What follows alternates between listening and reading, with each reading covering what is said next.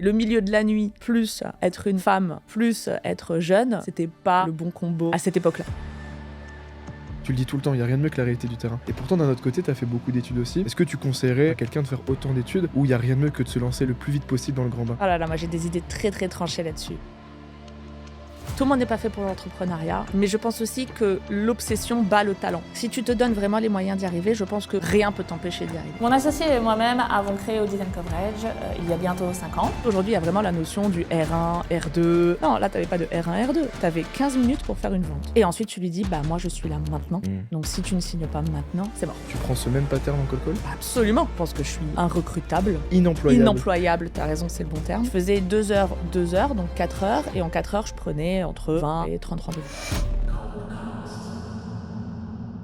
Bonjour Anaïs.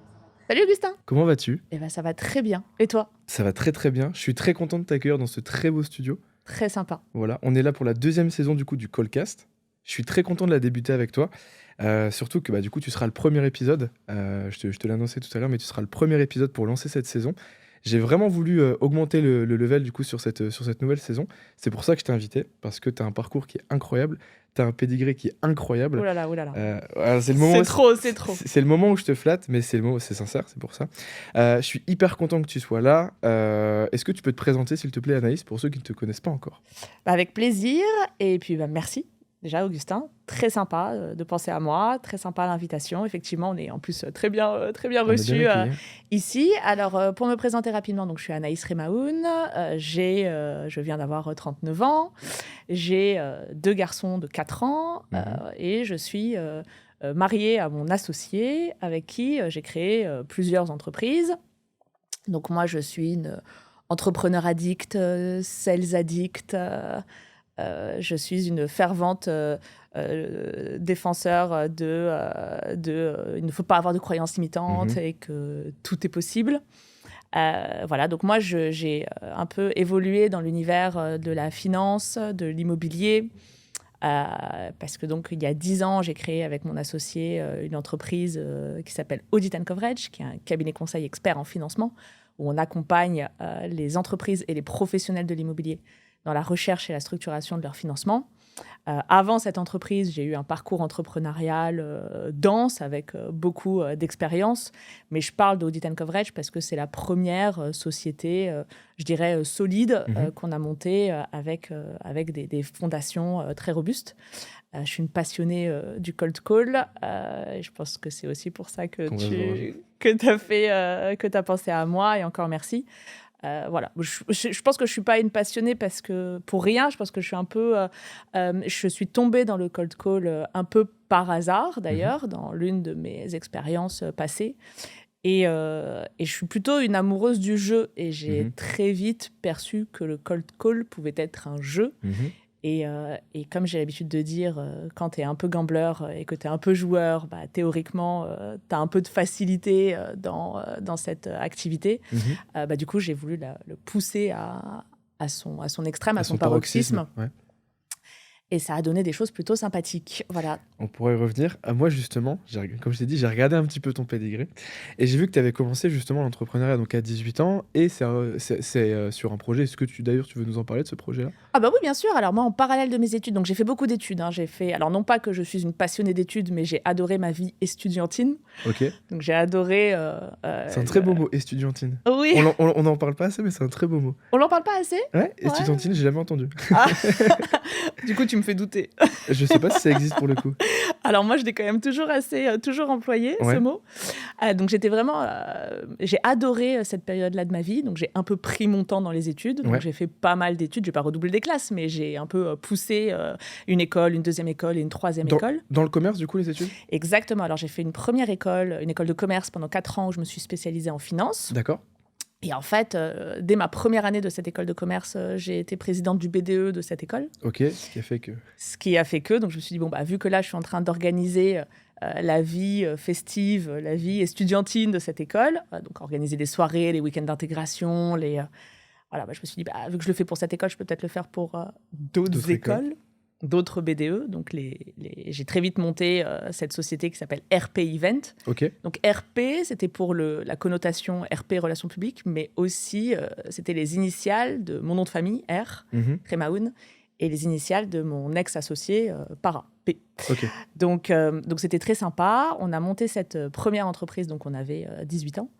Et en fait, on allait chercher, c'était très simple, les BDE des autres écoles de commerce pour leur organiser un peu les mêmes soirées À ce moment-là, qu'on organisait. Quand tu dis aller chercher, il y avait déjà du cold call pour aller chercher ou pas encore? Ah, il y avait déjà du cold call, mais c'était vraiment...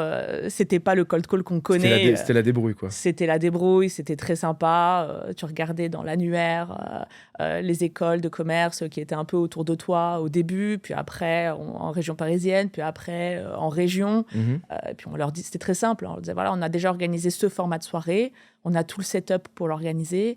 Bah, si vous voulez le même setup, vous nous achetez le setup et puis on vous organise tout. Enfin, c'était vraiment très simple. Ça roulait bien, ouais. Ça roulait bien. On a organisé beaucoup de soirées. D'ailleurs, ça me fait penser le fait d'être ici dans ce studio. T'en as parlé tout à l'heure, ouais. Ouais, j'aime bien parce que ça connote un peu, ça me fait des beaux souvenirs parce qu'une de mes soirées phares a été organisée au Ciel de Paris, donc à la Tour Montparnasse, là où on est aujourd'hui. Donc ça me fait des petits souvenirs sympathiques. et donc on organisait ça. On a très très bien gagné notre vie. J'ai monté cette entreprise, j'avais 18 ans, donc c'était un an après mon entrée dans cette école de commerce. Et par contre, je l'ai fermée à mes 20 ans, parce que tu sais, quand tu es jeune et que alors je ne vais pas dire qu'on a connu le succès, mais que tu vois que ça se passe bien et que c'est même un peu trop simple, et ben, tu t'enflammes. Ouais. Parce que tu es jeune aussi, tu te dis... Alors moi, j'ai jamais eu de croyance limitante, mais alors à l'époque, j'en avais pas du tout. Donc j'étais partie vraiment très très loin dans l'exercice, et puis je me suis confrontée à un événement qui n'était pas un événement heureux, enfin pas heureux, qui s'est mal passé, et ça m'a un peu plombée dans cette entreprise. Tu dirais que cet événement, il t'a appris, du coup, derrière pour tes... Comment ? Tu dirais que cet événement, il t'a appris pour tes expériences d'après ? Ah bah oui, clairement. Ouais. Genre, par exemple, ne pas avoir les yeux plus gros que le ventre, tu vois, la gourmandise, l'événement de trop. Ok. Tu vois, le fait de trop, enfin l'acte de trop, ça, savoir s'arrêter au bon moment. Il faut quand même savoir s'arrêter au bon moment. Ça, c'est quand même quelque chose qui doit faire partie de ton enseignement et de ton parcours. Il faut savoir aussi bien calibrer, mais bon, entre 18 ans et 20 ans... T'as pas forcément cette expérience et cette maturité de te dire, là, faut pas que j'y aille. Ouais. Ok. Ouais, tu te dis, mais non, de toutes les façons, je sais le faire. Et puis, après tout, nothing is impossible. Donc, on va le faire. Ok, certes, mais il faut quand même savoir s'arrêter. Donc, c'est un événement qui s'est passé au Maxims, qui s'est très mal passé. Mais j'en parle assez librement maintenant. D'accord. Et je leur devais beaucoup, beaucoup d'argent, ce qui a fait que j'ai dû fermer la société. Ok. Et je me rappelle qu'à l'époque, j'avais un petit peu pleuré dans les chaumières de plein d'acteurs différents. Et tout le monde m'a dit, bah là, par contre, tu vas te débrouiller. Donc, je me suis retrouvée seule face à mes responsabilités. À devoir bosser.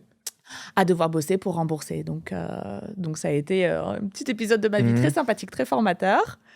Ce qui a fait que donc, j'ai arrêté cette activité. Mais le milieu de la nuit, plus être une femme, plus être jeune, c'était pas le bon combo à cette époque-là. Ok, d'accord.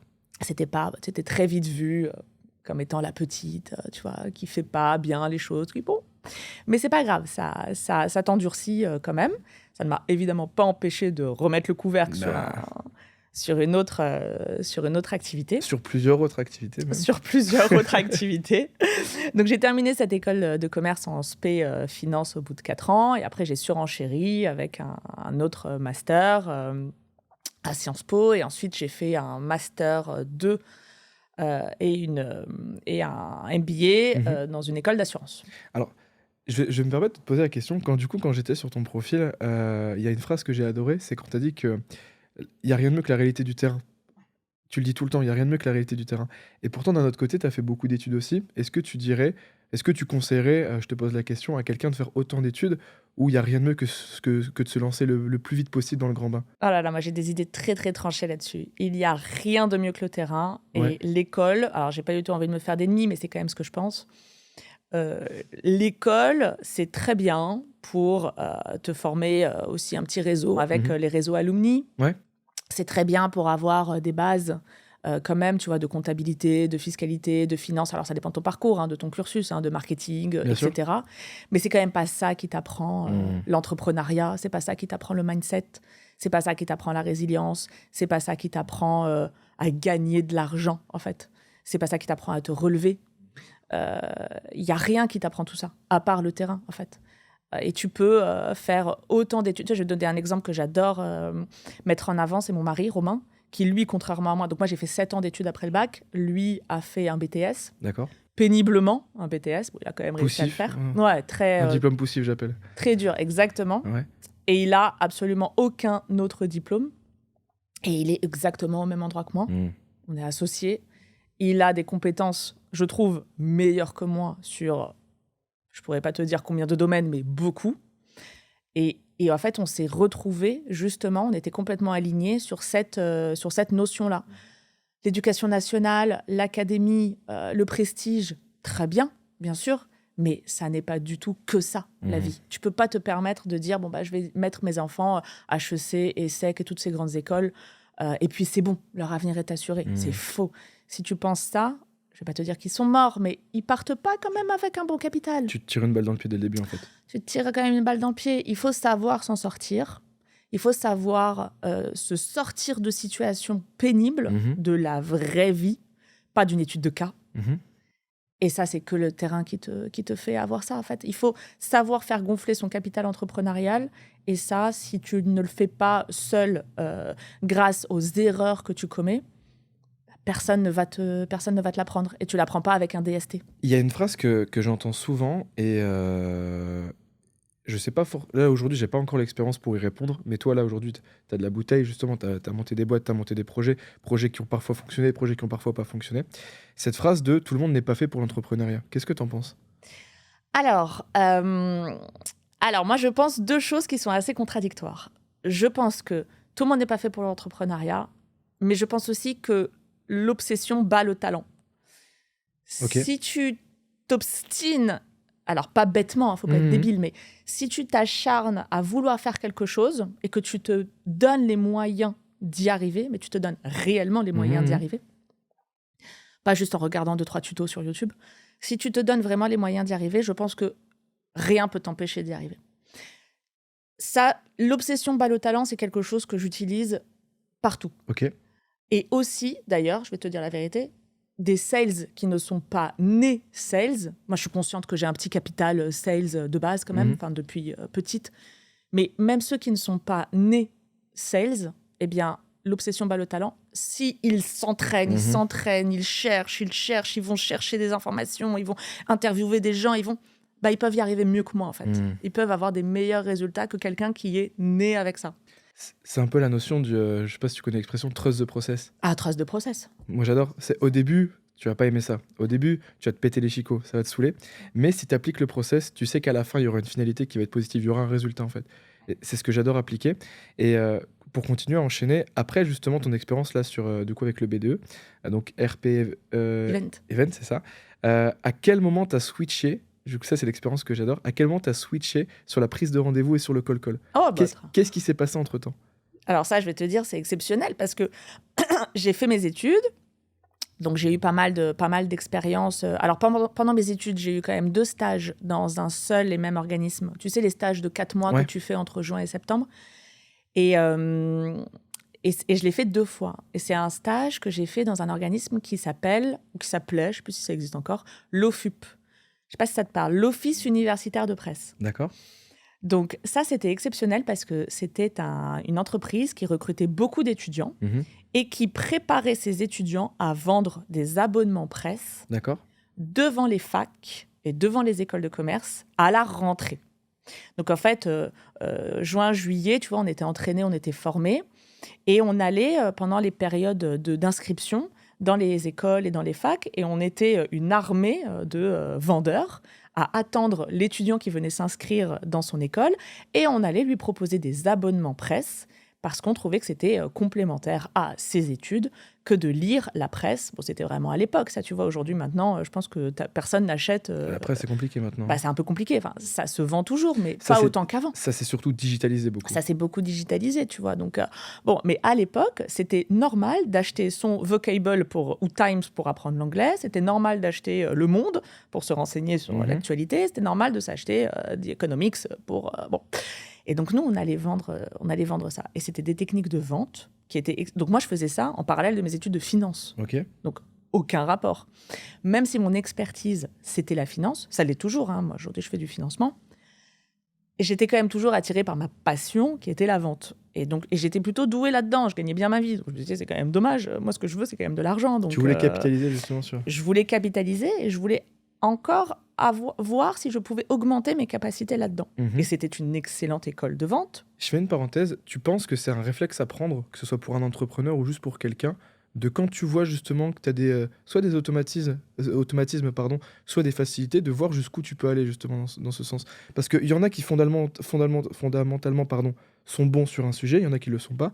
Mais quand tu vois que tu as des facilités et des capacités qui sont entre guillemets innées, comme toi justement avec la vente, est-ce que tu recommandes de voir jusqu'où tu peux aller justement ? Ah, mais 100%. Ouais. Il faut capitaliser sur ses forces. Ok. Et il ne faut pas s'obstiner à faire de ses faiblesses des forces. Ok.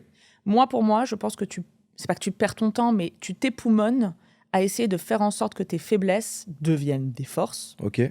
Alors que ta force, tu vas gagner beaucoup plus en capitalisant dessus et à la faire exploser. Vaut mieux suroptimiser en fait une compétence que tu as Faut la et que tu peux vraiment faire exploser le plafond de verre plutôt que de vouloir être bon partout. Exactement. Autant être très bon à un endroit, c'est ça ? Exactement. Autant capitaliser sur 2-3 domaines vraiment où chez toi c'est évident que c'est ta zone de génie. Versus, tu vois, moi par exemple, j'ai 39 ans, ça fait 39 ans, peut-être pas un petit peu moins, mais que je m'obstine à être calme, à ne pas être trop nerveuse, à ne pas aller voir, à ne pas faire 1000 projets à la fois. Enfin, je m'obstine à faire ça, mais j'y arrive pas en fait. Donc, plutôt que de m'époumoner à transformer alors c'est même pas une faiblesse, mais ou ce défaut, appelons ça comme on veut. Cet axe d'amélioration. Ouais. Voilà, ça y est, maintenant je suis comme ça. J'accepte que je suis comme ça, mais je vais contrebalancer ça en faisant en sorte de décupler ce que j'ai identifié comme étant ce dans quoi mes tu forces. excelles. Ouais. Exactement. Et donc, c'est ce que j'avais vu avec cette expérience donc à l'OFUP. Donc, je savais que j'avais quand même un peu des facilités là-dedans. Et on a encore plus appris des techniques de vente à l'époque qui étaient complètement exceptionnelles. Il fallait quand même arrêter des étudiants qui faisaient donc dans la rue, tu vois, qui venaient juste s'inscrire et repartir, ils n'avaient pas le temps. Et tu devais en one shot. Donc, tu sais, aujourd'hui, il y a vraiment la notion du R1, R2, 1-1. Non, là, tu n'avais pas de R1, R2. Tu avais 15 minutes pour faire une vente. Le R1, R2, c'est, pour ceux qui nous écoutent et qui ne connaissent pas, c'est le fait de splitter justement les différentes étapes du cycle de vente. Il y a l'appel de découverte, il y a l'appel de négociation, de démo, nanana. Et là, en fait, tu as le R1, le R2, le R3, le R4 sur le même... c'est pareil, sur en fait. 15 minutes. Sur 15 minutes. Même pas, en fait, sur un R0. Un R0, en ouais, fait. Exactement, sur un R0. Et en 15 minutes, j'attrapais Augustin et je lui disais « Stop, il faut que tu passes dans mon stand parce que je vais venir t'apporter des informations qui sont indispensables pour ta réussite. » Donc, il y avait tout de suite cette notion de... L'accroche. L'accroche. On en reparlera sur le call, mais c'est pareil. L'accroche, c'est indispensable. Ensuite, il y avait la notion de « J'ai capté quel était ton besoin. » Ok. Il faut que tu aies beaucoup de valeur parce que ça va être important pour ton cycle universitaire. Ouais. Et cette valeur-là, c'est moi qui vais te l'apporter. Et je vais te l'apporter maintenant. Valeur qui est personnalisée par rapport à ta cible. Donc, tout de suite, mon ICP, il n'y a pas de débat. Ouais. Tout de suite, je t'apporte de la valeur. Tout de suite, je te mets dans une situation de stress et d'urgence parce qu'il faut que tu achètes maintenant. Parce que je te dis que si tu n'as pas mon produit, tu ne vas pas réussir ton année universitaire. Bon, c'est un peu grossi, on grossit le trait, tu vois. Bien sûr que tu peux réussir ton... Mais tu joues avec l'émotion de ton prospect. Exactement. Tu lui dis que c'est indispensable d'avoir ça, sinon il ne peut pas y arriver. Et ensuite, tu lui dis, moi, je suis là maintenant. Donc, si tu ne signes pas maintenant, tu ne pourras pas signer, quoi. C'est mort. Question, tu prends ce même pattern en call? Absolument. Et donc, j'arrive justement à ta question de qu'est-ce qui t'a fait switcher. On part dans tous les sens, de toute façon. Là, Ouais, mais t'inquiète pas, je t'ai suivi dans ton... Ouais, nickel, merci dans ton beaucoup. fil. Donc, parce que tu me dis qu'est-ce qui t'a fait switcher dans le call. Donc, cette expérience-là, où, mine de rien, tu vois, pendant ces stages, pareil, on gagnait beaucoup d'argent. Alors, on n'était que à la com. Hein, tu vois. Mais d'une manière générale, les commerciaux, ils sont toujours qu'à la com. Enfin, bon, alors aujourd'hui, c'est un peu changé, mais à mon époque, c'était rare d'avoir... C'était à la perf, quoi. C'était à la perf. Ouais, Quoi. ouais. Et c'était très bien parce que ça te donnait envie d'aller encore plus loin dans les objectifs. Puis tout le monde est gagnant. Et tout le monde est gagnant, exactement.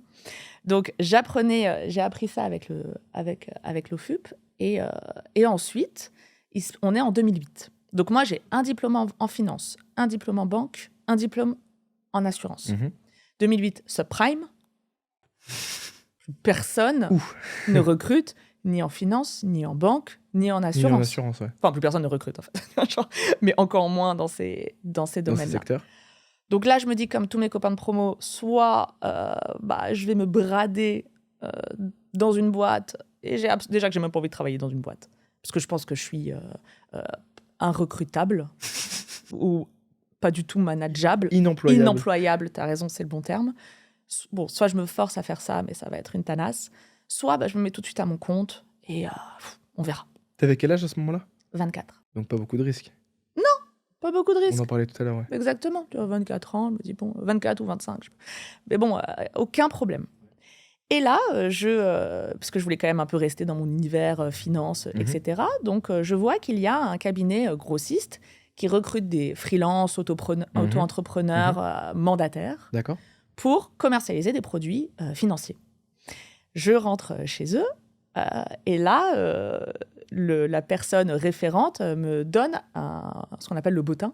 Ouais, les pages jaunes. Me donne les pages jaunes et me dit go, maintenant il va falloir que tu trouves tes clients. L'épreuve par le feu. L'épreuve par le Ultime. feu. Ouais. Tu trouves tes clients. Moi, je lui dis mais je comprends pas, qu'est-ce que je vais trouver mes clients? Je suis là pour vendre des produits financiers. Tu me donnes les pages jaunes. Quel rapport? Alors en fait, tu vas trouver tes clients dans les pages jaunes et puis ensuite tu vas aller les voir et puis là tu vas vendre tes produits financiers. J'ai jamais fait de cold call, par contre, je connais la vente. Bon, je me heurte un petit peu au process, j'essaye, tant bien que mal. Première session phoning. Alors, une session phoning, c'est 2 heures. Je ne vois pas dans quel monde ça peut durer plus longtemps. Ça peut durer plus parce que tu n'as plus d'énergie. Tu n'as plus d'énergie, tu es mort normalement, tu n'as plus de salive, tu as la bouche T'as sèche, la gorge sèche, tu as la gorge sèche, tu es KO. Tu vois. Bon. Donc, une session phoning dure 2 heures. Tu avais déjà ce réflexe de dire une session, c'est 2 heures à l'époque? Alors, Parce j'avais que ce réflexe. Souvent, les commerciaux débutants, ils ont cette notion de se dire je vais faire du call toute la journée, tu vois. Vu que Non. c'est... Alors, j'avais ce réflexe parce que quand même, dans cette... faut rendre à César ce qui appartient à César. Dans ce cabinet un peu grossiste qui vendait des produits financiers de plusieurs compagnies d'assurance différentes, eh bien, il y avait quand même un peu un système d'accompagnement et de formation. D'accord. Donc, on était tous entrepreneurs, auto-entrepreneurs, pardon, tous freelance, mais il y avait quand même un peu cet encadrement qui nous a quand même donné des bases. Plus émulation, le fait, la notion de groupe qui... Plus l'émulation. Ça, On c'est était cool quand aussi. même très nombreux à prospecter à ce moment-là. Et d'ailleurs, je vais te dire, c'était tellement l'épreuve du feu que au moment de commencer cette épreuve, ça anéantissait les plateaux de téléprospection parce qu'on passait de 40 à 5, tu vois. Tout le monde partait, tout le monde arrêtait à ce moment-là. Et en fait, la technique de recrutement de ce cabinet était très bonne parce que, bon, vu qu'ils recrutaient que des auto-entrepreneurs, il n'y avait pas vraiment de risque financier. Donc, ils faisaient des onboardings une fois par mois d'une quarantaine de nouveaux commerciaux. On était pendant une semaine, si je ne dis pas de bêtises, en formation. Ok. Bon, ça remonte à quelques années maintenant, mais je pense que je dis à peu près la vérité. On était donc une quarantaine, ça durait une semaine. Tout le monde était boosté pendant une Super semaine, chaud, c'était ouais. super. Mode un peu super, bootcamp. mode un peu c'est la première bootcamp, semaine. ouais, on est les sales, on est les meilleurs, on est les blabla. Et quand on terminait cette formation, boum, le bottin, allez maintenant, tu fais tes preuves, bye. Et là, tu voyais qu'au bout de 2 sessions phoning, 4 sessions phoning, eh bien, plus personne ne tenait. Et sur les 40, on était 5. C'était le filtre à l'entrée, en fait. C'était le filtre. Et donc, tu te rends compte que les 5 qui tenaient, bon, donc il y en avait 40 par mois qui devenaient 5 par mois, bah, les 5 par mois, c'était un peu l'élite, la crème. Ça devenait des tueurs, un peu, du coup. C'était vraiment des gens qui avaient des très, très bonnes bases, des très bons réflexes, et puis surtout, le très bon mindset. Ouais. Et c'était les plus résilients. Et donc, moi, j'ai fait partie de ces 5. Romain Desnoyers, qui est mon mari et mon associé, que j'ai rencontré là-bas, Ah, ok, du coup. a fait partie de ces 5 Trop cool. aussi. Alors, je dis 5, mais parfois c'est 4, parfois c'est 6, Oui, mais bien sûr. bon, j'ai pas les métriques exactes. Et donc, on est resté dans cet univers pendant 3 ans. D'accord. Donc, à être auto-entrepreneur et à vendre ses produits financiers. Mais Donc pourquoi full prospection à ce moment-là, en fait. full C'est là où justement prospection. pendant 3 ans, full prospection. Full prospection de chez Prospection. Et quand tu me dis qu'est-ce qui t'a fait switcher sur le cold call, en fait, je me suis rendu compte que moi, mon expertise, c'était pas le cold call. Mon expertise, c'était de vendre des produits financiers. Ça restait quand même la finance, la fin de l'histoire, tu vois. Et puis, je le faisais pour moi. J'étais à la fois celle qui faisait le cold call, à la fois celle qui faisait les rendez-vous, à la fois celle qui faisait les découvertes, à la fois celle qui faisait le closing. Enfin, on n'était pas découpés en SDR et compagnie, tu vois. Comme on peut voir maintenant, il y a le SDR, il y a le BDR, enfin, il y a Exactement. l'AE qui reprend. Non. Ok. Tu étais Exactement. sur tout le cycle de vente. Moi, j'étais sur tout le cycle de vente et franchement, ça m'allait bien. Moi, j'aime bien ce setup. Ok. Je trouve que quand tu dis allô à ton prospect au Faut téléphone, être celui qui signe le papier à je la trouve fin. que c'est cool que ce soit toi qui lui dise à la fin merci de m'avoir fait confiance. Même pour l'expérience client, c'est beaucoup mieux plutôt que d'avoir 45 interlocuteurs. Sur ça, je te rejoins entièrement. Ouais, je trouve que vraiment c'est bien. Je dis pas que on n'y arrive pas quand on est sur un cycle de vente découpé, Mhm. mais moi, je trouve que là, on est quand même plus familier avec cette. Enfin, moi, je suis plus à l'aise avec cette méthode. Et donc, je me suis rendu compte, en fait, que avec ces sessions de cold call de 2 heures, soit tu prenais le cold call comme étant un jeu. Mhm. Donc, moi, je reviens sur un peu l'aspect gambling. Tu paries un peu sur la réussite de chaque appel. Soit tu le prends comme un jeu et tu arrives à jongler avec le nom. J'en ai fait un hashtag pas mal que je dis très souvent sur mes posts LinkedIn. On s'arrête pas à un nom. C'est d'ailleurs le nom de ma newsletter Sales. Mhm. Ça s'appelle On s'arrête pas à un nom. Parce qu'un nom aujourd'hui peut être un oui demain. Un nom aujourd'hui peut être un oui demain, mais surtout un nom, il faut savoir déceler si c'est un nom ferme, Mhm. auquel cas la personne elle a raccroché, ou si c'est un nom qui veut dire peut-être. Un peu loose day. C'est un nom un peu loose day. En fait, le mec, il a juste envie, ou la personne au téléphone a juste envie de se faire convaincre. Et auquel cas, il faut déceler quelle est la réelle objection derrière. Mhm. Et là, tu as tout gagné parce que dès que tu as décelé l'objection, bah, tu la traites. C'était quoi ton petit tips, justement, où quand tu sentais que tu pouvais aller titiller encore un peu, tu vois, tu avais ce feeling de justement d'insister, tu vois, t'insistais comment, justement? Alors moi, j'ai toujours considéré, je sais pas à tort ou à raison, mais je pense qu'il y en a beaucoup qui pourraient me donner tort, mais j'ai toujours considéré que tant que tu m'as pas raccroché au nez, Ok. c'est un peut-être et c'est pas un non. Mhm. Si t'as pas besoin de mon service, Tu raccroches. tu raccroches. Et c'est ce que moi je dis à mes collaborateurs.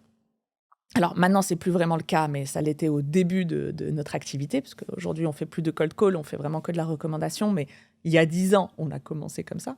Et donc, c'est comme ça que je formais mes collaborateurs. Je leur disais, mais tant qu'on est sur un ring, tant que tu n'es pas KO, tu continues de donner des coups. Alors, je disais que nous, on en a fait un peu de boxe, donc c'est une image qui nous parle, mais tant que le mec n'a pas raccroché, c'est pas grave s'il te raccroche au nez, c'est pas personnel, il te connaît pas toi. Y a rien de, c'est juste que c'est pas le bon moment pour lui, ou alors il est pas intéressé, et puis c'est tout.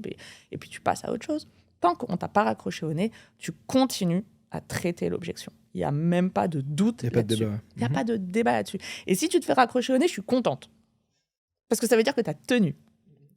Et si tu te fais pas raccrocher au nez, j'aime beaucoup le mindset, ouais. Ça veut dire que bah, tu continues. Que tu peux continuer à y aller, ouais. Et il y a toujours un espoir. On en revient au sujet de la résilience. Hein. On en revient au sujet de la résilience. Et j'ai envie de te raconter une anecdote que j'adore.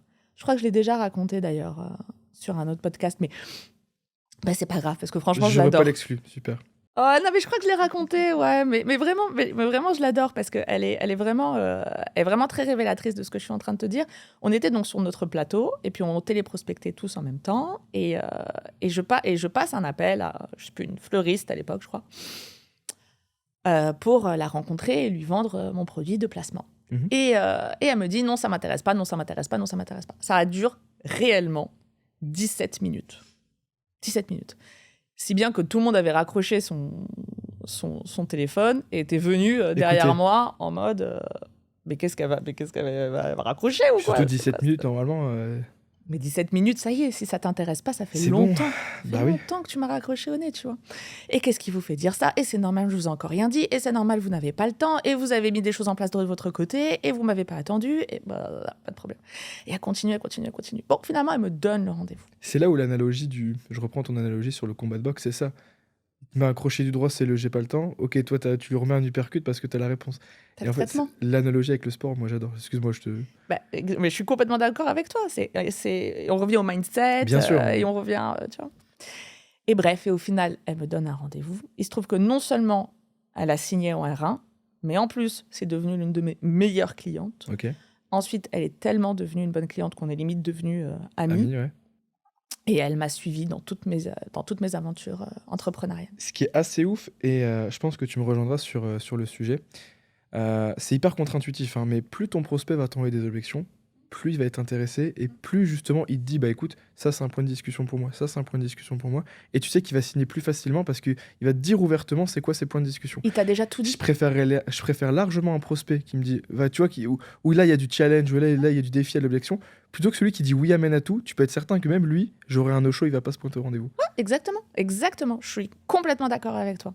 Celui qui t'a donné toutes ces objections, c'est déjà celui qui t'a mis l'assiette sur la table. T'as plus qu'à mettre tes pieds sous la table et de manger. T'as plus qu'à t'asseoir. Il t'a donné tous ces pain points. Tu vas les traiter les uns après les autres. Et ta signature, elle va être peut-être pas obvious, mais tellement plus facile.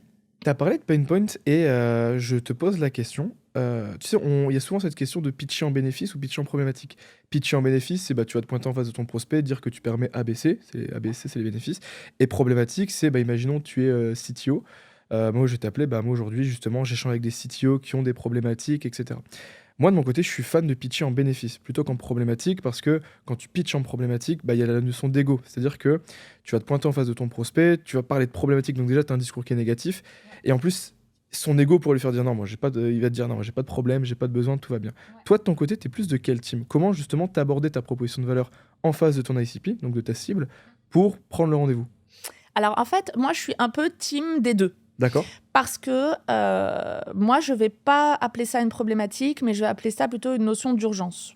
Ok, toujours sur la notion d'émotion que tu parlais tout à l'heure. Voilà, c'est ça. Je vais lui dire, là, tu vois, typiquement, dans les produits financiers qu'on vendait à l'époque, il y avait cette notion d'urgence qui était que l'État pouvait être amené à changer les avantages fiscaux de ces produits. C'est la réalité, parce que l'État change toutes les 2 minutes. De réglementation, de nom de produits, etc. Donc en fait, on leur disait, aujourd'hui, vous avez accès à ce type de produit. Mais demain, peut-être Mais demain, peut-être pas. Donc en fait, on les mettait un peu dans cette urgence là. Pareil, quand je vendais les abonnements au FUP, tu n'avais peut-être pas besoin de moi, mais ça n'empêche que si tu les prenais pas, maintenant, tu n'allais plus avoir ces offres, alors que tu en as besoin pour ton année universitaire. Marketing, c'est le fear of missing out, le FOMO. C'est le FOMO. C'est ça, c'est FOMO, ouais. Exactement. Donc, je ne vais pas te dire que je préfère bénéfice ou problématique, parce que je trouve que les deux sont très importantes, mais moi, je vais plutôt calibrer sur quelle est ta notion d'urgence, quel est le point qui va faire que tu vas être d'accord avec moi pour me rencontrer maintenant, en fait, parce qu'il faut que tu me rencontres maintenant. Il y a beaucoup de sujets et c'est adaptable à toutes les activités, à toutes les problématiques, en fait. Dès lors que tu as décelé en tant que sales quelle était l'urgence pour ton buyer persona, c'est là que... D'ailleurs, tu peux activer. C'est là que tu closes, c'est là que c'est concret, c'est là que tu actives. Tu parlais de fleuriste, que tu avais justement eu ton rendez-vous avec une fleuriste. Sur un profil de fleuriste, on est sur des artisans. Pour toi, le cold call se prête aussi aux artisans? C'est vrai que c'est un débat qui revient souvent. Tout le monde. À tout le monde. Pour moi, personne ne passe à la trappe. Alors, à l'époque, on nous avait donné les pages jaunes, ce qui aujourd'hui n'existe plus, mais... peut-être que ça existe. Je crois pas. Peut-être que ça existe, mais plus personne les utilise. Ouais, c'est ça. Je pense que plus personne les utilise. Bon, maintenant, tu vois, tu es plus intelligent, tu fais des listes. Oh bah oui. À l'époque, nous, quand on a commencé, c'était pas vraiment C'était pas les process. Alors, c'était pas vraiment de l'abattage parce que je définissais quand même ma cible. D'accord. Même si c'était les pages jaunes, moi, j'avais... Alors là, je t'ai dit, celle-là, c'est un exemple, c'était le fleuriste, mais à l'époque, c'était pas cette cible-là qui m'intéressait. Ok. Celle qui m'intéressait, c'était plutôt le paramédical. D'accord. Parce que je savais que j'avais une action très forte à jouer sur le médical et le paramédical. Donc, j'allais prospecter des médecins, des kinés, des ostéos, voilà. Et donc, je préparais mes listes, sauf que j'allais juste regarder la zone géographique avec l'activité qui m'intéressait, et puis je les appelais eux, en fait. Alors évidemment, tu as des moments où il faut les appeler, des moments où il ne faut pas les appeler. C'est comme le restaurant, tu ne l'appelles pas à 13h. Ok, tu parles des créneaux de prospection. Les créneaux de prospection, exactement. C'était quoi tes créneaux phares un petit peu? 9h, 11h. 9h, 11h, ok. De 9h à 11h? Ouais. Ok. À l'époque? Ouais. Ok. 9h à 11h le mardi, 9h, 11h le jeudi. Ok. Ça devenait un rituel, ça devenait une routine. C'était la routine. Et c'était ce que j'avais décelé être très pertinent et suffisant pour moi, parce que derrière, ça me laissait tout le reste de la semaine pour aller faire mes rendez-vous, parce que c'est quand même c'est à ça que je suis payée, c'est à closer tu vois, le en call rendez-vous. c'est bien, mais la vente, c'est mieux. Le cold call, c'est le moyen d'arriver à la vente. C'est ça. Et la vente, c'était quand même ce qui me payait. Mhm. Et donc, et je faisais 2 heures, donc 4 heures. Et en 4 heures, je prenais entre 20 et 30 rendez-vous. C'est énorme. Mais moi, je suis consciente que je suis un peu ovni sur ça. Parce que tous mes camarades, qui n'étaient pas des collègues parce qu'on n'était pas salariés, mais tous mes camarades, dont Romain d'ailleurs, qui est mon associé et mon mari, ils tournaient plutôt à entre 4 et 5, 6 rendez-vous par 2 Tu heures. te rappelles ce que tu as dit tout à l'heure? Tu as dit qu'il y avait des compétences au-dessus de toi. Bah, toi, tu vois, sur ça, tu le mangeais du coup. Oui, alors ça, oui, là-dessus, mais lui, oui, alors on s'équilibre, Bah on oui. s'équilibre. C'est là où ça fait un beau duo. Et tu vois, tu as dit une phrase que j'ai adorée. Tu as dit, je décelais justement ce qui fonctionnait. Et en fait, à plein de moments, on voit le meilleur créneau de prospection, c'est 11h30, 12h30, c'est 16h, 17h, sortie de bureau, etc. En fait, c'est des tendances. En France, il y a plus de 700 000 commerciaux. Donc, si les 700 000 commerciaux, ils font du call de 11h30 à 12h30, t'es un peu dans la sauce. Et il n'y a rien de mieux que, on en parlait tout à l'heure, que de la réalité du terrain, de voir ce qui fonctionne. Toi, justement, ces créneaux, tu les as déterminés parce que tu avais des bons taux de décroché et tu avais plus de rendez-vous, c'est ça? Exactement. Et à contrario, j'avais bien évidemment essayé d'autres plages horaires et je me rendais bien compte que ça marchait pas. Alors, je prenais quand même des rendez-vous, mais j'en prenais nettement moins que ce que j'avais l'habitude de faire entre 9h et 11h. Donc, tout simplement, je restais sur les créneaux qui fonctionnaient. Il fallait pas non plus être obstiné. Alors, même si je dis que l'obsession, pas le talent, faut pas être débile, quoi. Faut pas s'obstiner à mettre en place quelque chose qui marche pas. L'obsession, le talent, mais trust the process. Et si dans le process, il y a écrit qu'il faut pas faire du call à ce moment-là, t'as pas intérêt à t'obstiner du coup. Ça sert à rien de s'obstiner, exactement.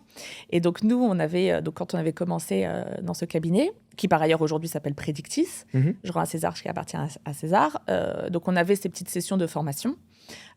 Qui était, c'était light, mais ça avait quand même le mérite d'exister. Et je trouve que dans les entreprises aujourd'hui, je le vois moins. Je vois moins les entreprises, alors dans mon domaine en tout cas, moi je suis dans un univers plutôt financier / immobilier, je vois moins les managers mettre dès l'entrée, dès l'onboarding, des vraies sessions de formation pour avoir le bon mindset, avoir le bon traitement des objections, avoir le bon argumentaire, avoir la bonne manière de closer, avoir, tu vois, c'est pas quelque chose que je trouve, que je vois systématiquement. Suffisamment poussé. Ouais, exactement. Bon, et en vrai, je comprends pas vraiment pourquoi est-ce qu'ils mettent pas les choses en place. Je pense que c'est parce qu'ils se disent que leur opérationnel, donc l'expertise même, est plus importante que perdre du temps à former des sales sur du cold call. Du coup, je pense qu'ils préfèrent juste acheter des leads, tu vois. Ouais. Comme ça, c'est plus simple, ils perdent moins de temps. Enfin, bon, il y a plein de raisons qui peuvent le justifier. Mais moi, je trouve que ça, tu vois, dans cette entreprise où j'ai commencé, mine de rien, ça te met le pied à l'étrier. Ça te donne tout de suite un cadre. Après, toi, tu fais le puzzle, t'articules dans ce cadre, mais tu as quand même un cadre. Tu n'as pas rien. Moi, j'ai pas commencé de je sais pas décrocher à je fais 20 rendez-vous, je prends 20 rendez-vous en 4 heures. J'ai quand même eu une espèce d'accompagnement qui m'a fait progresser. Et au-delà de ça, moi, je me suis beaucoup entraînée. Parce que la performance, ça fait vraiment partie de mon ADN. J'avais pas envie de prendre des rendez-vous. J'avais envie, clairement, de faire nettement mieux que tout le monde, en fait. C'était un peu dans mon mindset. J'aime bien quand on voit Remaoun avec plein de bâtons et en dessous, il y a moins de bâtons, tu vois. À l'époque, j'aimais bien. Maintenant, je m'en fous, mais... C'est là où, pour toi, c'est important de stimuler les équipes commerciales avec, justement, la notion de bâton, tu sais, sur le tableau, notion de challenge, on sonne la cloche, etc. Ouais. Alors, ça va dépendre des univers, tu vois. Dans mon univers aujourd'hui, même dans ma boîte, je vais te dire, Audit & Coverage, je me vois mal avec mes collaborateurs leur mettre des bâtons et des cloches et des compagnies. Ils ne vont pas comprendre parce qu'ils ont une dominante très finance. D'accord. Et ils n'ont pas ou peu de dominante sales. Donc eux, ça va pas vraiment... ils vont me dire, mais qu'est-ce qui lui prend, celle-là? Mais je trouve que dans beaucoup d'univers, Je trouve que c'est important de les stimuler et c'est important de faire un peu effet miroir avec ton équipe. Qu'est-ce que ton équipe est prête à voir? Qu'est-ce que ton équipe est prête à faire?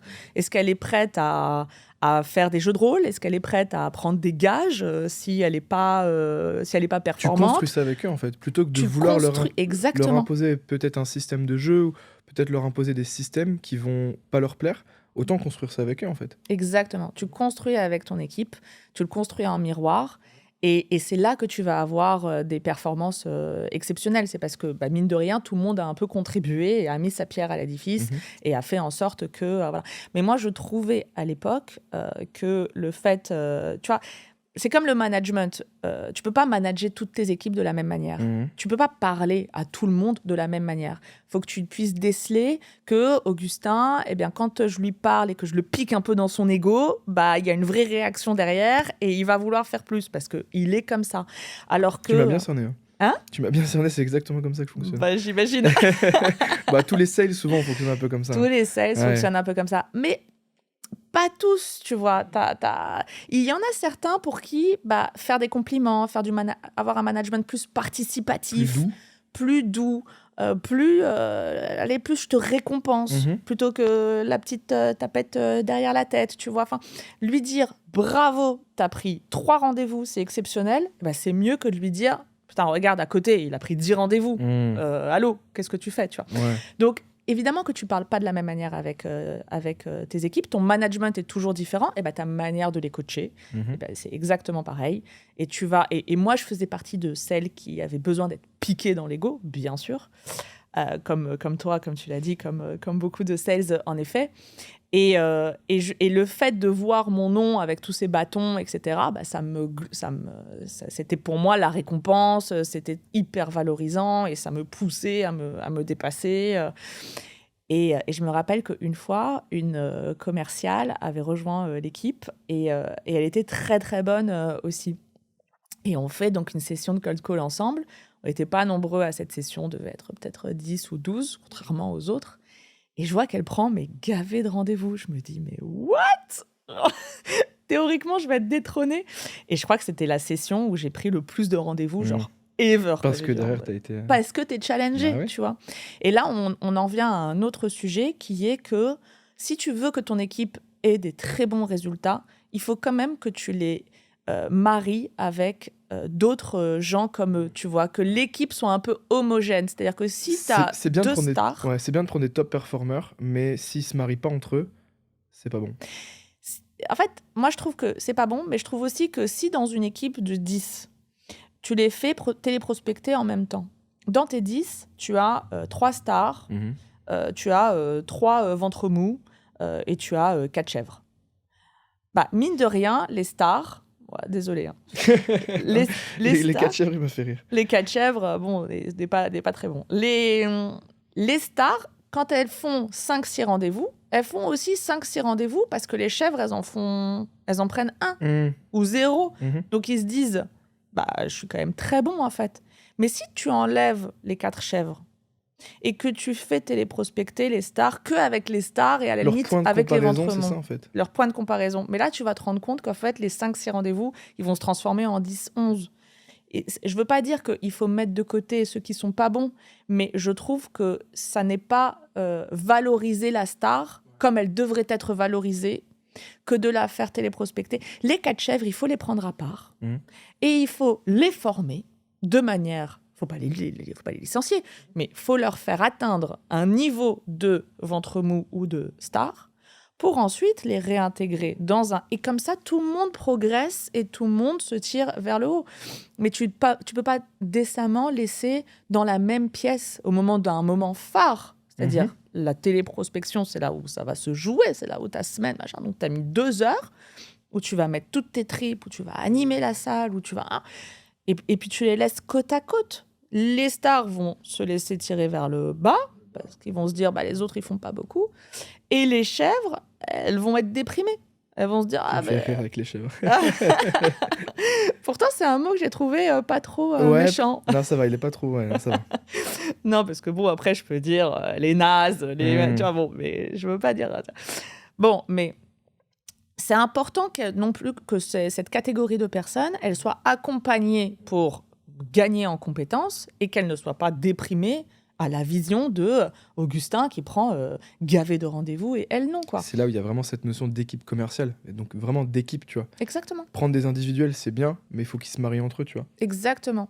Parce que l'émulsion fait la force, hein. C'est ce qui va faire que tu vas aussi réaliser des performances, que tu vas... et puis, tu as aussi un partage de knowledge. Tu vas entendre un tips que ton copain est en train de dire. « Ah tiens, j'avais pas pensé à dire ça pour un de mes traitements d'objection. Bah, je vais l'adapter à mon argumentaire, à ma méthode. » Et ce partage-là, il est aussi très, très important. Donc, c'est la formation, la connaissance. Je suis en train de regarder le temps, et on va arriver au bout du temps, mais on n'a même pas mentionné que, là, on est en train de parler de Call depuis tout à l'heure, qu'un de tes projets que tu as lancé, c'était la prise de rendez-vous. Alors, ça, c'est vraiment une très... effectivement, ouais. Ça, on l'a pas mentionné. Limite, on aurait peut-être dû commencer par ça. En plus, je l'ai fait avant... je l'ai créé avant Audit & Coverage. Bah ouais. Parce qu'en fait, en créant Audit & Coverage, on s'est rendu compte qu'on avait besoin de temps pour avoir l'ensemble des codes ouverts avec les organismes financiers avec qui on travaillait. Bon, ce temps, il était estimé entre 3 et 6 mois. Donc, on s'est dit, soit on attend 3 et 6 mois comme des babots à se tourner les pouces, et voilà, soit on va faire quelque chose pour gagner notre vie pendant 3 à 6 mois. Ce qu'on savait faire de mieux à cette époque-là, sans avoir accès aux produits financiers, c'était de téléphoner. Donc, on a lancé Solution Contact, qui est donc une solution de prise de rendez-vous. Et donc, tout simplement, on appelait les ICP de nos concurrents. On leur fournissait du lead ultra qualifié. Ouais. Ils allaient en rendez-vous, ils signaient. Et on leur vendait, on avait deux business models, soit en exclu, soit en mutualisé. Donc, en exclu, le rendez-vous coûtait beaucoup plus cher. Ouais. Mais en mutualisé, ils prenaient le risque. Il coûtait pas cher, mais ils prenaient le risque qu'un autre concurrent soit meilleur, soit le premier. Donc, bon, très souvent, ils prenaient en exclu. Et à un moment donné, donc, on a quand même fait un peu de chiffre d'affaires sympathique. Je ne sais plus à combien on vendait en exclu. Je crois qu'on vendait 500 € le lead en exclu et peut-être 200 ou donc, il y a tout intérêt à mettre 300 € de plus pour assurer la sécurité. Ouais. Exactement. Et donc, on faisait pas mal de chiffre d'affaires parce qu'on prenait beaucoup de rendez-vous. Et à un moment donné, on a eu tous nos codes et on a fait rideau, les amis. Maintenant, les rendez-vous, ils sont pour nous. Et ce qui est super, c'est que nos concurrents confrères, avec qui on s'entend très bien, on s'entend d'ailleurs toujours très bien avec eux, ils étaient un peu picousés, quoi. Donc, ils nous disaient, attends, mais comment on fait maintenant, nous, pour avoir des rendez-vous ? T'as pas ta dose, mais c'est important que tu apprennes et c'est important que tu te lances et c'est important que tu fasses des choses. C'est pour ça que j'ai toujours dit, avoir la compétence sales et faire en sorte d'augmenter sa compétence cold call, c'est priceless. Qui aujourd'hui peut se dire, j'ai le luxe d'avoir des rendez-vous gratuits ? C'est la question que j'allais te poser en plus. Je suis deg parce qu'on arrive au bout du temps et je pense qu'on va devoir faire une deuxième édition parce qu'il y a encore plein de questions que je vais te poser. Mais la question un petit peu rituelle que tu es déjà en train de répondre, je pense, et je pense savoir un peu la réponse que tu vas donner, c'est à chaque fin d'épisode, je demande quel est le meilleur conseil que tu voudrais partager et d'un autre côté, le pire conseil que tu as entendu, que tu voudrais un peu débunker, dire là, faut arrêter tout de suite. Alors, le meilleur conseil que j'ai à partager, alors en termes de cold call ? Sur la saison 1, c'était en termes de cold call, mais on peut peut-être ouvrir le champ des possibles en général. Vu que toi, t'es sur 45 000 trucs, donc je suis très curieux d'entendre ton conseil. Mon conseil, franchement, j'aurais du mal à en choisir qu'un. J'en ai vraiment beaucoup. En cold call et d'une manière... Alors, en cold call, je trouve qu'un conseil qu'on n'entend pas suffisamment, c'est que le sourire s'entend au téléphone. Je ne l'ai pas souvent entendu, ce conseil, et je trouve que c'est vraiment très important que les gens se disent que dire oui, bonjour Augustin, Anaïs Remaoun au téléphone de cabinet. Oui, bonjour Anaïs, Augustin l'appareil. Ou alors, oui, bonjour Augustin, Anaïs. Ouais. C'est pas du tout la même voix. Donc, sourire au téléphone, ça s'entend et ça ouvre beaucoup plus le prospect à ce qu'il t'écoute. Et la cage thoracique aussi. Ça, exactement, et la cage thoracique. Et d'une manière générale, si je prends ce même conseil et que je le duplique dans la vraie vie, l'over-sympathie, c'est aussi un point très important dans le management, dans l'entrepreneuriat, dans la vente, parce qu'à compétence égale ou à produit égal, celui qui va être acheté, c'est celui qui est sympa. Qui est sympa. On achète pour la sympa, enfin on achète pour quelqu'un, on n'achète pas juste un produit. On achète ce que tu es, on n'achète pas ce que tu fais. Bien sûr. Exactement. Donc, voilà, on achète ce que tu es, on n'achète pas ce que tu fais. Je trouve que c'est un bon... C'est un très bon conseil. C'est une bonne réponse à ta première question. Et la deuxième, quel est le pire conseil que j'ai entendu et qui est pas bon Ne soyez pas des chèvres. Non, Le pire conseil, j'ai pas vraiment de pire conseil en fait. Je pense que, enfin, on entend pas mal de choses alors, sur le cold call et sur la vente où on dit, alors moi dans mon univers très finance, où on rabaisse un peu cette compétence. D'accord. Tu sais, dans le private equity, dans le financement, c'est des univers qui sont alors assez high level en compétences parce qu'ils sont pas faciles d'accès. Donc, ils sont assez high level en compétences. Et par conséquent, les gens qui travaillent dans ce type d'univers, je vais pas te dire qu'ils dénigrent les sales, mais ils accordent pas beaucoup de valeur à ce type de métier. Moi, je suis un peu un format hybride parce que je suis à la fois là-dedans et à la fois côté sales.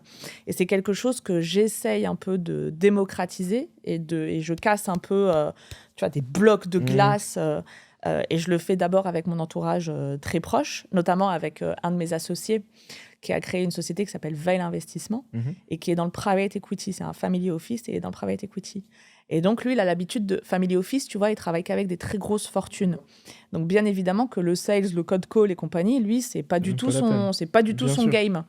Et bien, mine de rien, grâce un petit peu à mon éducation que je fais avec lui un peu au quotidien, eh bien, il se rend compte que non seulement les sales, c'est pas tous des gars qui viennent de nulle part et qui savent vendre et que c'est tout. Jean-Claude Convenant un peu. Ouais, c'est ça, Jean-Claude Convenant, tu vois. Il se rend compte qu'il y a une vraie compétence, il y a des vrais process, il y a un vrai setup, il y a un vrai mindset. C'est des gens qui sont résilients, et en fait, je pense que c'est un peu la meilleure réponse que j'aurais à ta question, c'est il faut arrêter de prendre les sales pour le bas de l'échelle, parce que sans eux, tu fais absolument rien dans ta boîte, en fait. Merci beaucoup, Anaïs. Avec plaisir, Augustin. Nous, où est-ce qu'on peut te retrouver? La parole est à toi, la tribune est à toi. Où est-ce qu'on peut te retrouver? Quels sont tes projets? Alors, mes projets, alors comme tu le sais, j'en ai quelques-uns. Je vais peut-être pas tous te les énoncer parce que ça va prendre du temps, mais alors on peut me retrouver... donc j'ai lancé déjà une newsletter qui s'appelle Leverage, qui a 3 éditions. Une édition très axée entrepreneuriat qui s'appelle Les coulisses d'Anaïs. Une édition qui est très orientée sales qui s'appelle On ne s'arrête pas à un nom. Et une édition très finance, donc très financement parce que c'est quand même mon univers et mon expertise, qui s'appelle La dette, c'est la vie. J'adore ce nom parce que c'est hyper clivant. À chaque fois que je le mets sur LinkedIn, je me fais défoncer par 1000 haters. Donc, La dette, c'est la vie. Et j'explique comment est-ce qu'on utilise l'art du financement, le mécanisme du financement pour avoir des projets immobiliers et corporate sans fin, parce que c'est un peu notre ADN de dire que si tu ne veux avoir aucune limite, tu peux avoir aucune limite. Il faut bien comprendre le mécanisme de chaque... et bien comprendre les outils pour y arriver, parce qu'attention, la dette, ça peut être la mort aussi. Bien sûr. Mais si tu as bien compris ça... Et donc, moi, j'essaie d'éduquer via cette newsletter. Donc ça, voilà, Leverage. Je l'ai annoncé sur LinkedIn il n'y a pas très longtemps. Ensuite, j'ai lancé un incubateur avec 3 autres associés qui s'appelle La Relève. Donc là, on onboard des jeunes pousses de l'immobilier et on les accompagne dans un programme pour les faire devenir marchands de biens aguerris. Ça, le marchand de biens, moi, c'est un métier que je trouve absolument exceptionnel, époustouflant, sans limite, vraiment, qui mérite à être vraiment connu. Donc ça, c'est La Relève. Ensuite, on a créé une société qui s'appelle Capital Art, qui permet en fait de financer des actifs émotionnels, type de l'art, tableaux, sculptures, voitures de collection, montres de collection, donc sous la forme d'un leasing. Ça, c'est vraiment super. J'ai évidemment ma société mère qui s'appelle Audit & Coverage, avec laquelle je lance des nouveaux concepts un petit peu tous les ans. L'année dernière, j'ai fait le Noël de l'IMO. Là, cette année, on va lancer le Summer du Corpo. Enfin, bon, on fait des tests comme ça pour voir comment est-ce que le marché, comment est-ce qu'on peut un peu sortir du système et faire en sorte de créer un peu plus de valeur pour nos clients. Voilà, bon, j'ai oublié d'autres projets, mais c'est Ça fait déjà beaucoup. c'est les principaux, c'est ceux qui nous animent beaucoup. Voilà. Et pour suivre le reste des projets, ma page LinkedIn, Anaïs Remaoun. Trop cool. Voilà. Un grand merci. On va devoir faire une deuxième édition parce que j'ai encore plein de questions. Ouais, avec plaisir. Et j'adore vraiment tout ce que tu partages. Donc déjà, un grand merci d'être venu. Un grand merci pour la valeur. Merci à toi. Et un grand merci pour ce bon moment. J'ai vraiment passé un bon moment. Moi aussi, très Donc, sympathique. Hâte de te retrouver. Et puis je mettrai les liens de toute façon dans tous les cas. Je mettrai tes petits liens qui vont bien, ok? Avec plaisir et merci pour l'accueil et c'était un très bon échange. Merci Augustin. Avec grand plaisir. Salut.